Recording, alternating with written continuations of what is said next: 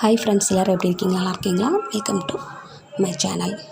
இந்த வீடியோவில் என்ன பார்க்க போகிறோன்னா, ஒரு ஃபேமிலி விளாக் மாதிரி எல்லோரும் சேர்ந்து என்ன பண்ணிகிட்ருக்காங்கன்னா, என் பொண்ணு சடங்குக்கு பொங்கி போடுறாங்க.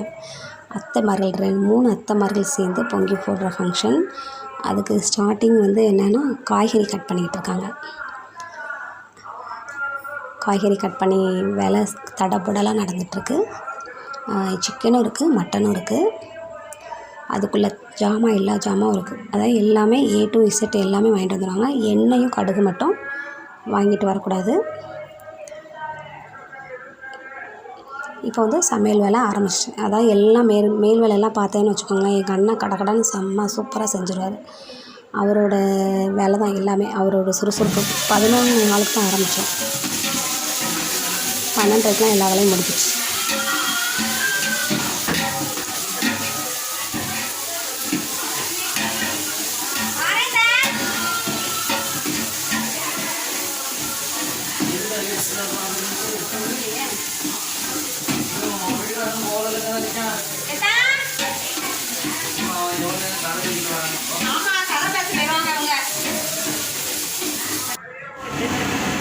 அடுப்பு செம்ம ஸ்பீடாக எறிகிறதுனால கடகடன்னு எல்லா வேலையும் முடிச்சிட்டு கட்டான அது நான் கிண்டிகிட்டே இருந்தது. கிண்டலைன்னு வச்சுக்கோங்க, அது பிடிச்சிடும். அதனால் ஒருத்தர் போட கிண்டி சிக்கன் இப்போ கிட்டத்தட்ட அரை மணி நேரத்தில் சூப்பராக ரெடி ஆகிட்டு 3 கிலோ சிக்கன் கிரேவி ரெடி ஆகிட்டு, ஒரு சொட்டு தண்ணி விடாமல் அந்த கிரேவி செம்ம டேஸ்ட்டாக இருந்தது. இப்போது சாதமும் இதுவாகிட்டு ரெடி ஆகிட்டுருக்கு. எங்கள் ஊர் கிளைமேட் இந்த மாதிரி இருக்குது. அங்கே சென்னையில் என்ன வெயில் அடிக்குதுன்னு தெரியல. இங்கே நாங்கள் ஊர்லேருந்து வந்த நாள்லேருந்து அவ்வளோ சூப்பராக இருக்குது கிளைமேட்டு. ஆனால் சடங்கு அன்னைக்கு மழை வராமல் இருக்கணும்.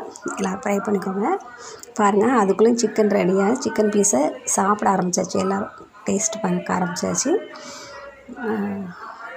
ஒரே மழை தூறல் தான். நாங்கள் வந்ததுலேருந்து ஒரே தூறல் தான். சிக்கன் பீஸ் பாருங்கள், எல்லோரும் பிள்ளைங்களாம் கேட்டுகிட்டே இருக்காங்க. இது எங்கள் பெரியவங்க, எங்கள் சின்னவங்க இருக்காங்க. இன்னொரு அண்ணி அன்றைக்கி பர்த்டே அவங்க விஷ் பண்ணுறவங்க விஷ் பண்ணுங்க. அதுலேயும் இந்த சைடாக இருக்காங்க.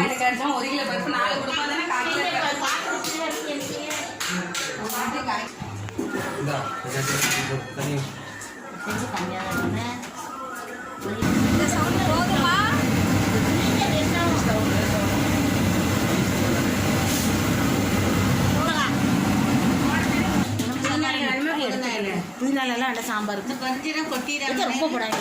கொஞ்சம் கொட்டிடாங்க. இதை வறுக்க நல்லா வறுத்து வாசிட்டு வறுத்து அங்கே அரிசி வந்துடுடி. அரிசி வந்துட்டானு வேவலை பார்க்கும் போது அப்படி தருது.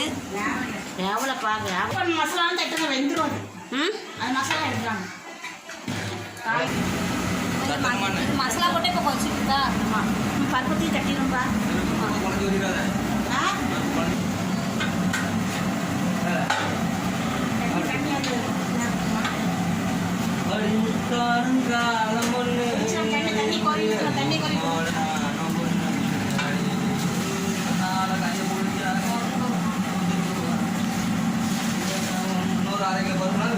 போட்டுக்கலாம். வேண்டும் என்றால் தனியாக இருக்கு நம்மகிட்ட நிறையா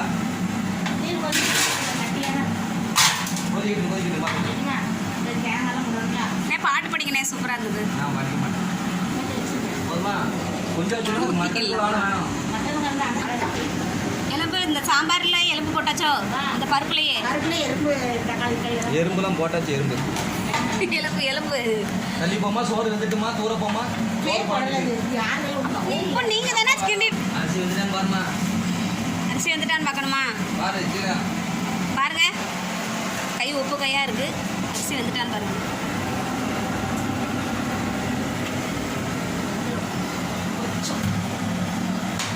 கொஞ்சம் வேலைக்கு தான் நாட்டு பாருங்க. போட்டுக்கலாம் நிறையா. எப்படி போடணும் உனக்கு?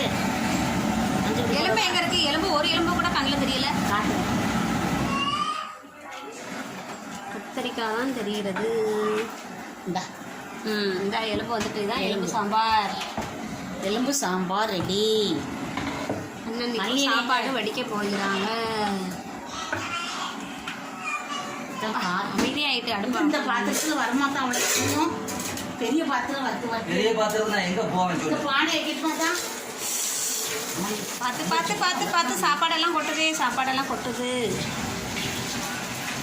மூடியும் சரியில்லை நல்லா வாலி மூடியும் சரியில்லை பாத்திரமும் சரியில்லை. மல்லியெல்லாம் அப்பளையே அண்ணி கேட்டாங்க இல்லை இது வெள்ளையா வந்து சொல்லுது மஞ்சள் வந்து சொல்லுது சொல்லி சாம்பார் ப்ரௌன் சரி இப்போ கொதிச்சோடனே அப்படி தெரியுதுன்னு நினைக்கிறேன். இப்போ கொதிச்சோடனே கொஞ்சம் நல்லாயிருக்கும். தாளிச்சு தேடு ரெண்டாயிரம் தாளிச்சா கரெக்டாக இருக்கும். கொஞ்சம் சாம்பார் எல்லாத்துக்கும் போதும். வரேன் தா அண்ணி குலதே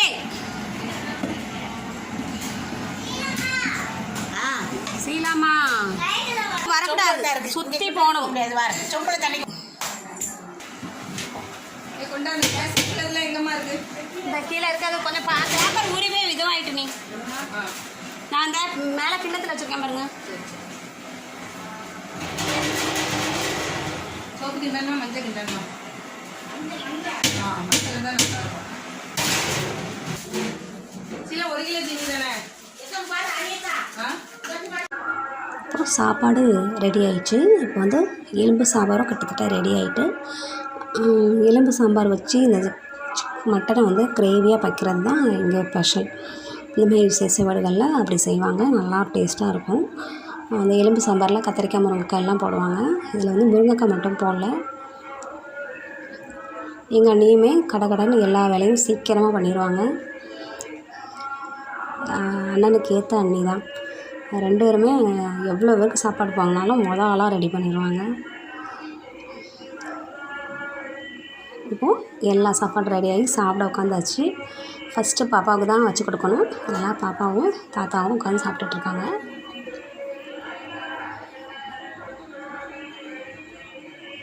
எங்கள் அண்ணி ஊட்டி விட்டுற மாதிரி ஃபோட்டோ எடுனாங்க. நாங்கள் வந்து வீடியோ எடுத்துட்டேன்.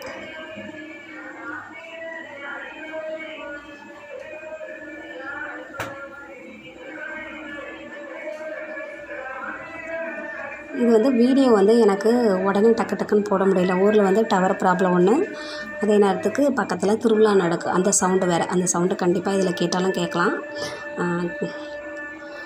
எங்கள் பெரியண்ணி வந்து கேசரி பண்ணாங்க. அவங்க வந்து என்னென்னா இந்த வெக்கைக்குள்ளே என்னால் நிற்க முடியலன்னு சொல்லி அவங்க வீட்டிலையே செஞ்சு எடுத்துகிட்டு வந்துட்டாங்க.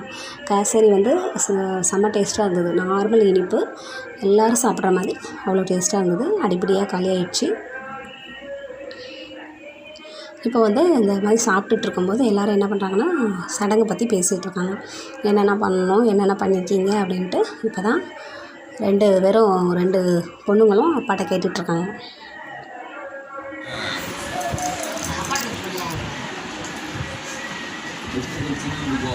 நானூறு கட்டி கிளம்பினாலும்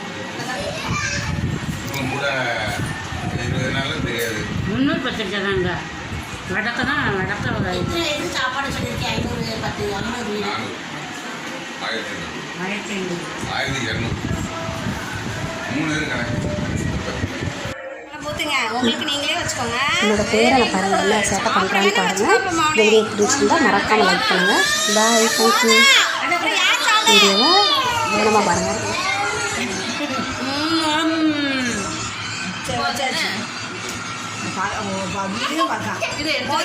இதெல்லாம் அந்த பேர் ஒரு பருக்கையை எடுத்து தொட்டு சாடுதாரு. வாயில வாய வை விளாடுறதுல 2 போட்டு போட்டால் தான் தெரியும். சரி தொட்டு சாப்பிடுறதுல அது என்ன இட்லியா? இட்லியா அது இருக்கு. ஃப்ளவர் போட்டு கழிச்சுடு. எல்லாருக்கும் ஃப்ளவர் போகும். கழிச்சிருவோம்ல நாங்கள் தான்.